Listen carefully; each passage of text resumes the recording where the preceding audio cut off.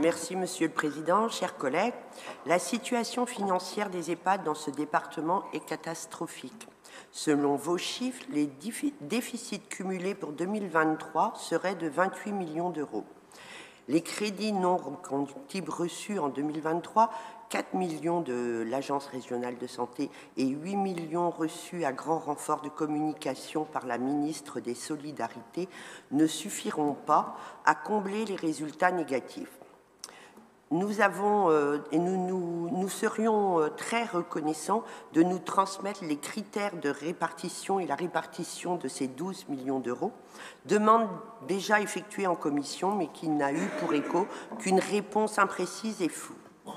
Vous faites le choix, depuis le début de votre mandature, de faire financer ces déficits par l'usager, en augmentant tous les ans le prix de journée payé par les résidents et les familles.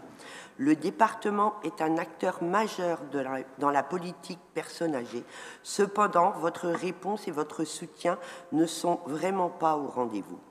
La participation propre du département à la réduction des déficits des EHPAD se résume qu'à la prise en charge des sommes dues par les personnes à l'aide sociale, obligation encadrée par la loi, soit pour ce budget 2024, 741 000 euros.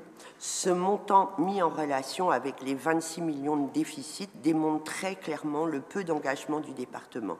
Je peux faire les mêmes commentaires sur l'investissement qui passe de 3,3 millions en 2021 à 2,1 millions en 2024.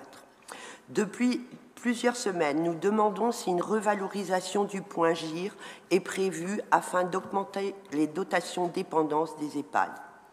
Pour votre bonne information, et comme nous savons que vous êtes très friands de chiffres, de moyennes, de courbes et de graphiques, et surtout quand ils sont à votre avantage, je profite donc pour vous rappeler que le point GIR moyen national est de 7,47 € fin 2023.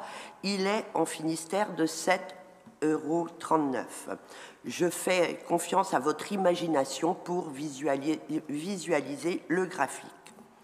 Au moment du vote, nous pensions trouver une ligne sur le sujet dans la mesure où cette revalorisation aurait une incidence budgétaire, mais rien, pas un mot. Toujours la même réponse floue et imprécise. Peut-être en avril, quand la loi sur la fusion des sections soins autonomie sortira. Monsieur le Président, vous conviendrez que ces réponses ne peuvent nous satisfaire ni sur le fond ni sur la forme. La lisibilité de ce budget et le soutien du département auprès des personnes âgées nous interrogent. En est-il de même sur l'ensemble des politiques sectorielles de cette collectivité? Pouvez-vous nous apporter des réponses aux questions posées? Je vous remercie.